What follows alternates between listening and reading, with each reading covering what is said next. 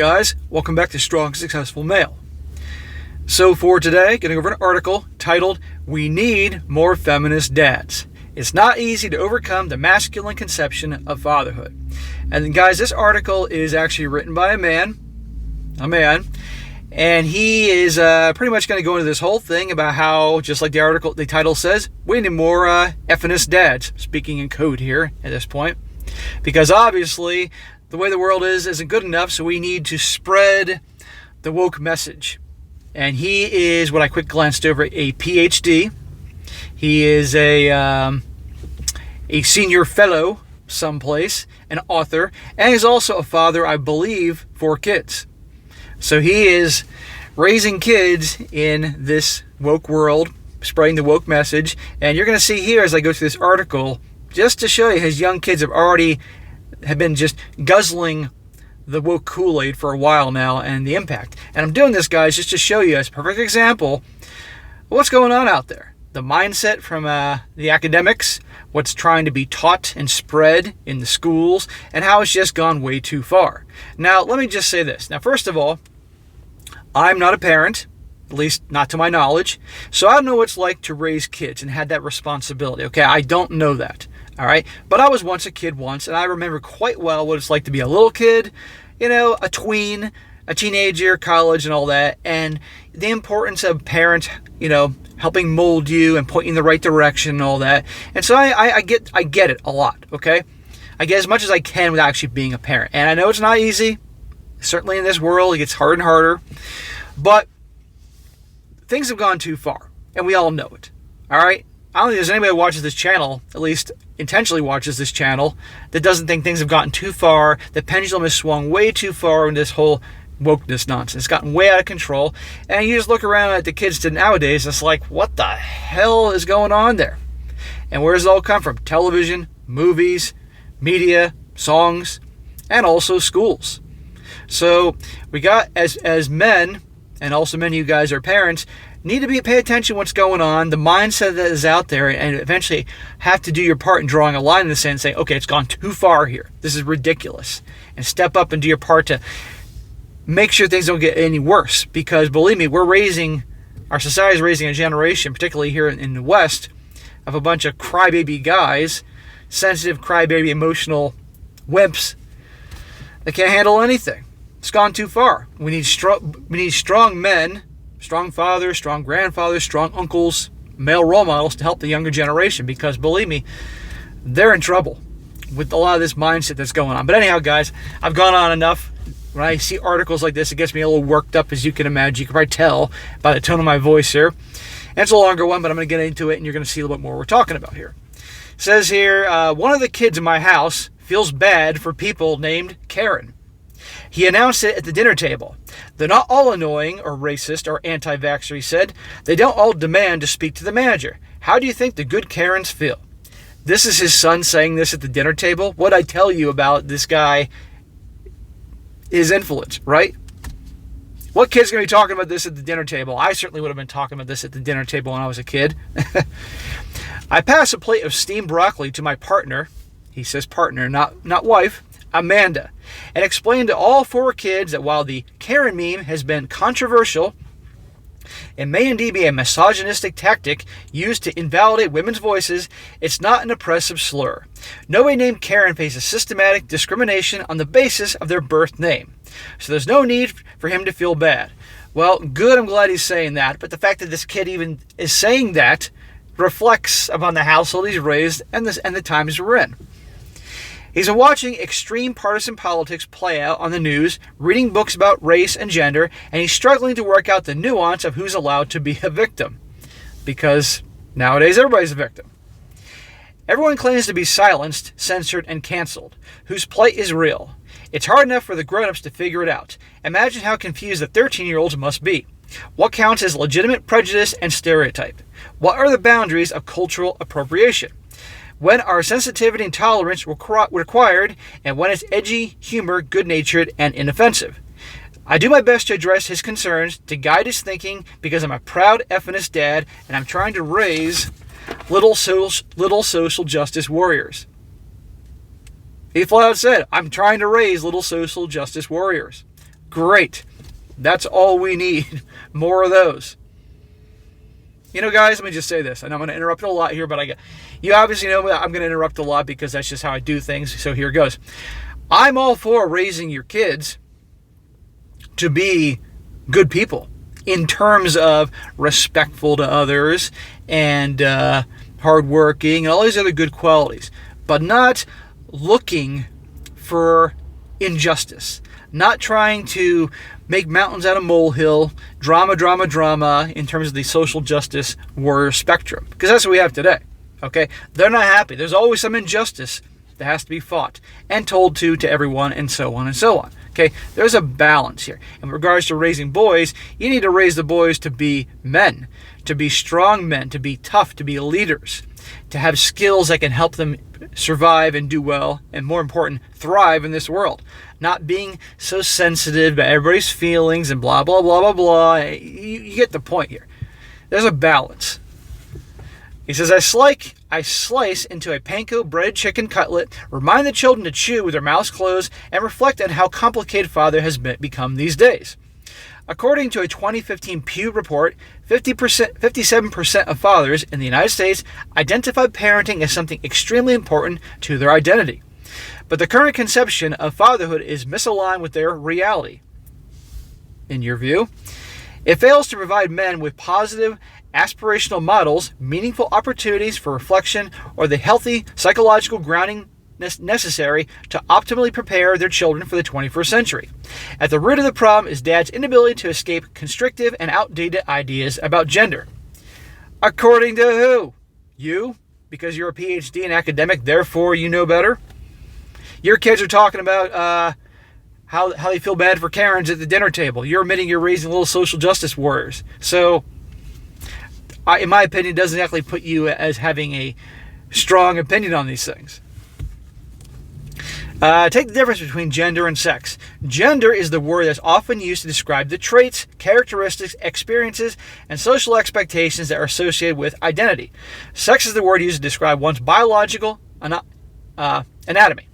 Many parents try to be intentional when it comes to how we represent culturally constructed gender norms with our children.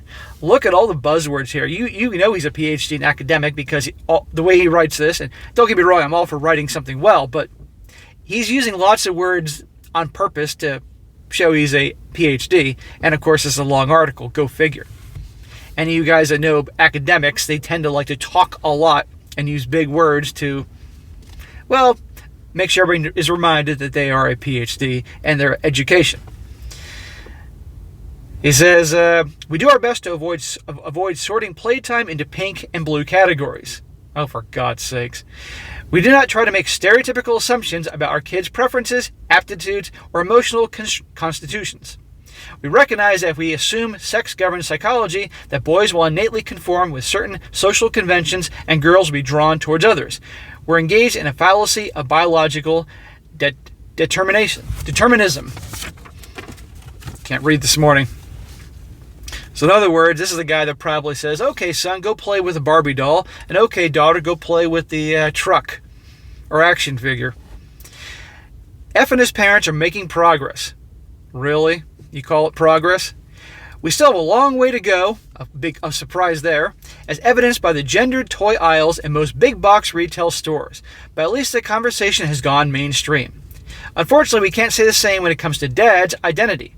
Scientifically, invalid assumptions about manhood continue to contour the fatherhood experience. Despite decades worth of research to the contrary, we can't help but take it for granted that certain traits track with biological sex, as if men are from one galaxy and women from another. I guess gender non-conforming individuals must either be alien or lost in space. Yeah, well, like the book Men Are From Mars, Women Are From Venus, that's pretty much accurate. It was a great title to describe the huge differences. And back to the toy aisles, by the way. Who cares if there's a toy aisle full of stuff that boys would naturally be drawn to and like to play with? And toy aisles for girls. God forbid. My friend, you're not my friend, but there are far greater injustices in this world than having to fight the good fight to make sure that there are both aisles in the toy gallery of Target and Walmart that aren't separating boys and girls. You gotta be shitting me here, dude. This binary way of thinking, conflating sex with gender, is not only wrong but also nefarious. It serves to validate male privilege, another buzzword, by asserting that existing inequalities reflect nature. I call it locker room gender essentialism, because it reminds me of the so-called facts about the sexes that middle school boys expounded on when the girls weren't around. We were being socialized to believe that the lopsided power dynamic is immutable. Bad science can become a mythology that shapes our adult lives. Consider the entitlements that the patriarchal societies bestow on men who are assertive and dominant. These behaviors are often lauded as male evolutionary imperative. Dads are told it's their duty to protect a clan. It's the natural order of things, the essence of fatherhood. Survival of the fittest becomes an excuse for ends justify the means and winner-take-all competition. I got news for you, jackass. You're a PhD, so you've studied and studied, and that's impressive to become a PhD, don't get me wrong, but you're an academic, okay? Guess what? Human nature is human nature. And at the end of the day, the dominant, strong alpha males are always going to be the ones going to be in charge, no matter what situation you put them in, okay? So if you're going to raise your boys to be these sensitive, emotional, goody two-shoes types of boys, they're going to be taken advantage of in this world, not just by women, but also by other men. Because no matter what, you're going to have strong men out there. And I say strong, I mean the traditional strong men. Now, I'm against bullies. Don't get me wrong. I don't want anybody to be raised to be a bully. But you need strong men out there to kick the ass of bullies. Because if you raise a bunch of boys to be a bunch of these sensitive crybabies and not embrace their naturally programmed by nature characteristics, they're not going to be able to fight those guys off. But these guys don't get this. And I'm going to bet you guys like this, a lot of guys today, are probably the types that, let's just say, weren't exactly rolling with the ladies when they were younger. Probably were bullied themselves, and now they like this woke world, and they can try to change it. You're not going to change human nature. Never going to happen. I'm sorry. He says, in truth, natural selection works a lot like parenting. Adaptability produces much better outcomes than rigidity. Everything you've heard in fixed versus growth mindset, intrinsic versus extrinsic motivation, and positive versus negative reinforcement points in this direction. Carrots work better than sticks. Spanking causes more harm than good. Bullshit. Believe me, my dad was old school, and if I got a line as a kid, I knew I was getting an ass whipping. And believe me, that taught me a lesson. I didn't do those things again. There can be a balance. You can have a carrot and a stick. But just this whole idea of giving the carrots, you look at a generation now that's been raised by giving not just one carrot, by lots of carrots and no stick. And is any wonder we have a generation now, you ever notice the kids these days are more disrespectful, more rude, more entitled than ever? Well, where do you think that came from? The constant carrots being given to them with no stick. I'm not saying going around beating is a good thing, but there's a correction thing going on there. It says spanking causes more harm than good. Shame leads to long-lasting psychological trauma. Punishments like timeout and grounding are only effective as interventions, not as a way to encourage long-term behavioral change. The old fear-based, father knows best disciplinary methods don't work. Bullshit. They do work. Unfortunately, nowadays, you even just correct your kids, and someone might record you on their phone. Next thing you know, you're on social media, and social services is knocking on your door. He says, you and I turned out all right despite, not because of Dad's constant scolding and occasional smack. I turned out because I got the scolding on occasion and occasional smack. I got the belt. My dad was old school. The rule was one lash per age. So if I was 8 years old and I got out of line and I was being a little jerk, which I was, I got 8. Whoosh, whoosh, whoosh. My dad did that it happened so much, like my butt became almost numb, didn't feel anything after a while. My dad was like Indiana Jones with that belt. Whoosh. He was so used to it. I eventually learned. Notwithstanding the scientific consensus, fathers still struggle to evade the intense pressure they feel to conform with outdated and sexual cultural norms. Outdated according to who? Gendered parenting expectations are not only the go-to punchlines for stand-up comedians, but also the taken-for-granted best practices when it comes to child rearing. Mom should nurture unconditionally, and dad should withhold affection, his tough love mirroring the real world's apathy and indifference. Dad's got to be tougher with boys, in my opinion, moms with girls. I mean, you are. Here's the deal. In my opinion, both parents should be very loving to their kids, but also like that are willing to correct their kids when they get out of line or act disrespectful or whatever happens to be. And naturally, dads are going to be a little softer to the girls, and the mothers are going to be softer to the boys. It is what it is. I don't care what anybody says. That's just usually how it goes. But this whole, you can't correct your kids or anything like that or use anything negative, no. And different people respond to different things. He says here, motherhood equates abundance, fatherhood equates scarcity, especially when it comes to raising sons. Dad still believes the Oedipal fallacy that maternal dependence must be disrupted by a reality that's hard, cold, and mythologically masculine. A boy needs his dad to be the initial gatekeeper to a dog-eat-dog world, as sociologist Michael Kimball explains. We've constructed the rules of manhood so that only the tiniest fraction of men come to believe that they are the biggest of the wheels, the sturdiest of oaks, the vigilant, I can't read this word, something of femininity, the most daring and aggressive. Dads perpetuate this lie each time they buy selvage denim, bottled in Bond bourbon, or chromomexyl leatherwork boots, coded signifiers of status, would subtly demonstrate commitment to an old-school masculine persona. God, this guy loves to use words. Lots and lots of adjectives.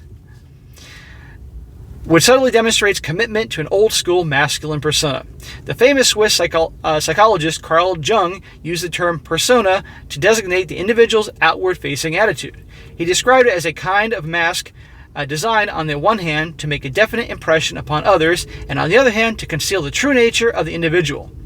Jung knew that we are all metaphysically dressed in uniforms and costumes designed to show that we are the rightful players of the everyday parts we intend to enact. But often we over-identify with the avatars we've created. We start to believe that we are what we pretend to be. Masculinity author, and I cannot pronounce this guy's name, he is foreign. He says, is a hard, small cage, and we put boys inside this cage. I'm not saying there aren't areas for improvement, but at the end of the day, you got to raise boys to be strong, because it's a tough world.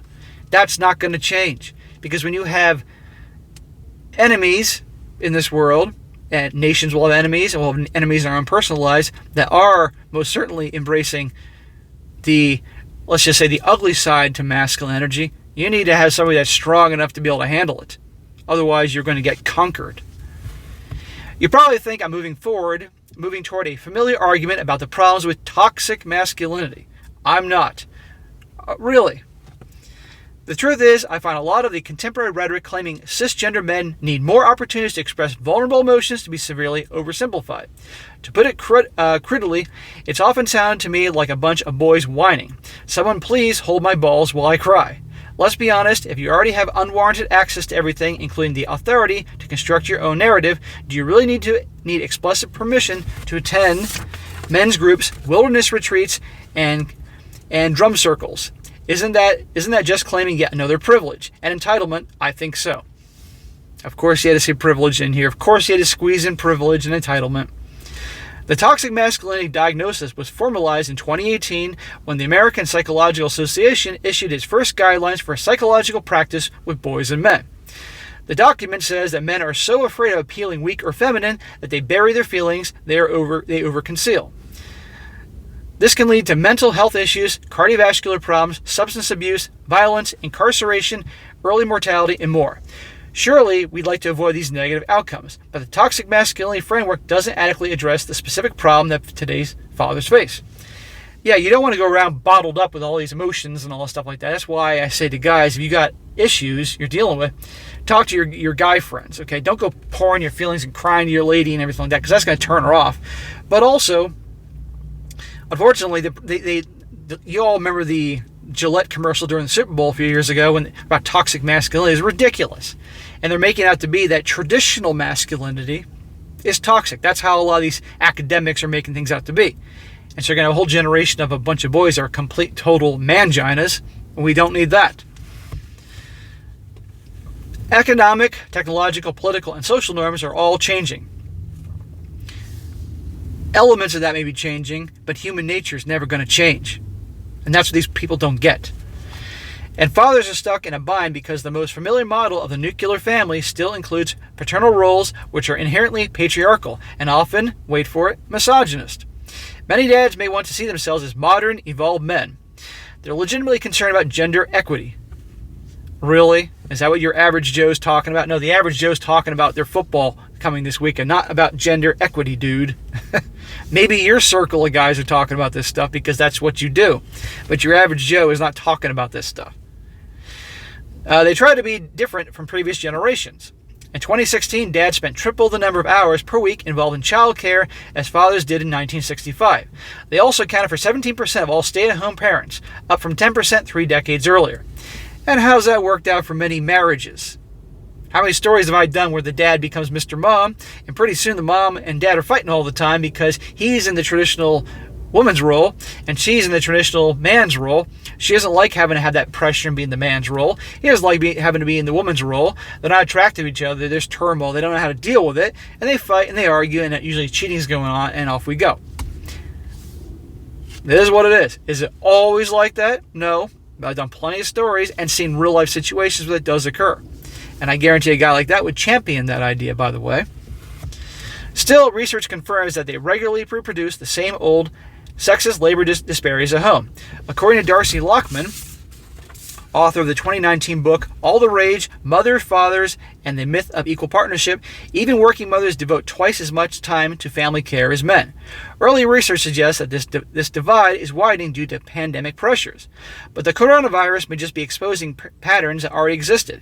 In her book, Lockman describes how expectant fathers told researchers that they anticipated their wives would shoulder more of the new child care responsibilities. 6 months in, those same dads reported that they did even less work than they initially predicted. Even in households with older kids and teenagers, the same imbalance remains. Whether they're married or divorced, co-parents, mothers are far more likely than fathers to take responsibility for envisioning, planning, organizing, managing, and executing the logistics of their children's lives. Because that has always been more of the woman's department. Female nature is about nurturing and bonding and connecting and all that type of things, as they do with the family. While the father is driven and he's bringing home the bacon, taking care of the bills, the money and all that. Yes, both parties work nowadays, of course. But you see what I mean, where it all comes from. So it's no surprise that the woman's naturally going to be driven more towards the family and all that. Stop trying to change everything. Stop trying to rewire what's already been wired fine to begin with. I know I'm going to get some heat about that. Goes on. They coordinate transportation to and from soccer games, gather supplies for school trips, keep kids focused on homework, assignments, prepare for birthday parties and sleepovers, make appointments for pediatric checkups, and more, even as they hold down full-time jobs. Talking about the women here. Well, because also women are really good at that. Women generally are very good multitaskers. And they're going to remember sleepovers and checkups and doctor's appointments and this, and this. Men actually have other things to deal with, and just women are better at that. So let them do that. Let them excel at areas that they're good at. What's the problem? Clearly, the requisite skills needed to accomplish all these tasks don't track neatly to stereotypically feminine competencies. But we all take the unspoken and oftentimes spoken sexist acceptance of the patriarchal nuclear family for granted. As Eve Rodsky, author of Fair Play, a game-changing solution for when you have too much to do and more life to live, puts it, mom is considered the she-fault parent. Research confirms the bias. 53% of Americans say that, breastfeeding aside, mothers do a better job than fathers at caring for a new baby. Well, I've seen some pretty shitty mothers out there, and I've seen some great fathers in terms of early childhood things, but 45% say that mothers and fathers do it equally well. Only 1% say that fathers do it better. Folks just assume that biological sex determines one's competence at caretaking, making little allowance for variations among individuals. Reality is more nuanced. A 2019 paper in the Journal of Neuroendocrinology noted, given that primary caregiving fathers do not experience the same biological changes that primary caregiving mothers do during pregnancy, birth, or lactation, it is remarkable to observe how the paternal brain may to some degree adapt to the demands of primary caregiving role. The parental brain, in other words, is more flexible than you might suppose, being capable of adapting to the social environment in order to better assume specific caregiving responsibilities. Today's young dads tend to be enthusiastic parents, but only 39% believe they're doing a very good job raising their kids. Compare that with 51% of mothers. Similarly, a 2017 survey found that 63% of fathers feel like they don't spend enough time with their children. They cite work obligations as the primary obstacle. Yeah, I mean, a lot of dads would love to spend more time with their kids, but at the end of the day, they gotta work, they gotta pay the bills. It's just, unless they win the lottery or hit the jackpot in the stock market one way or another, they're gonna have to spend time working and amongst other things. There's a fierce pressure economically to provide for one's family and socially to conform with the set expectation that men be hardworking and persistent breadwinners. Because masculine energy is about that type of thing. And you're not going to change that. Okay? We're hardwired for that. That's the way we're taught to establish our father figure credentials. We should work weekends and overtime, ruthlessly pursuing wealth and status to demonstrate our commitment to family. Well, believe me, the women don't want to do that. That I can tell you. I know plenty of guys that have wives that after both of them worked, then they had their first child, and the woman was resentful that she had to go back to work and couldn't spend time with the kid. And it caused all sorts of drama and turmoil. And even though it wasn't the guy's fault, well, there were some cases I've known people where she became resentful of the guy that he simply didn't make enough money that she could stay home and be with the kid. So this kind of throws some of this argument right out the door. Because a lot of women at the end of the day would love it if their guy did so well that she didn't have to work and she could be home with the kids. But thanks to the feminist movement and academics, that they're ashamed if, God forbid, they actually want to be a mother. There's nothing wrong with that. If a guy makes enough money, if they have a good marriage, and a guy does well enough that he can, the benefits and the salary, and he can take care of them, provide a nice, comfortable living, and she sincerely would rather just raise the kids and be a mom, a homemaker, whatever you want to call it, great. There are some that are like that. Unfortunately, like I said, a lot of them are shamed nowadays because they're not embracing their potential. Bullshit. Today's fathers are caught in a classic case of cognitive dissonance. This guy loves these terms. Two fatherly inclinations are in conflict. Inconsistent thought patterns lead to behaviors and attitudes that both serve and anguish the individual. To go all in on feminism seems to betray the customary good dad story. To go all in on the prevailing good dad story undoubtedly betrays feminism. And until we work it out for ourselves, we won't be able to guide our children. We can't mentor them as they work out the nuances of social injustice. We can't model inclusive attitudes. We can't engage them in 21st century discourse at the dinner table. Or at least we can't do as effectively as we might like until we're willing to reimagine fatherhood as less dominant, less paternalistic, and not necessarily masculine. So that is this guy's take. Well, the father is the masculine role in the family.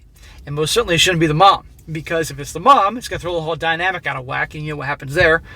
The father is there to set a good masculine example for the boys, to become strong masculine men, good men, not bullies, and also to show the girls what a masculine father can be, someone that the girl can feel safe with and protect her and all that, and hopefully one day having that as well. Because when it's the opposite, where the mother is the masculine, strong one, and the father is the more feminine one, it all throws everything out of whack. You don't believe me? Look around. Look around at look at divorce rate.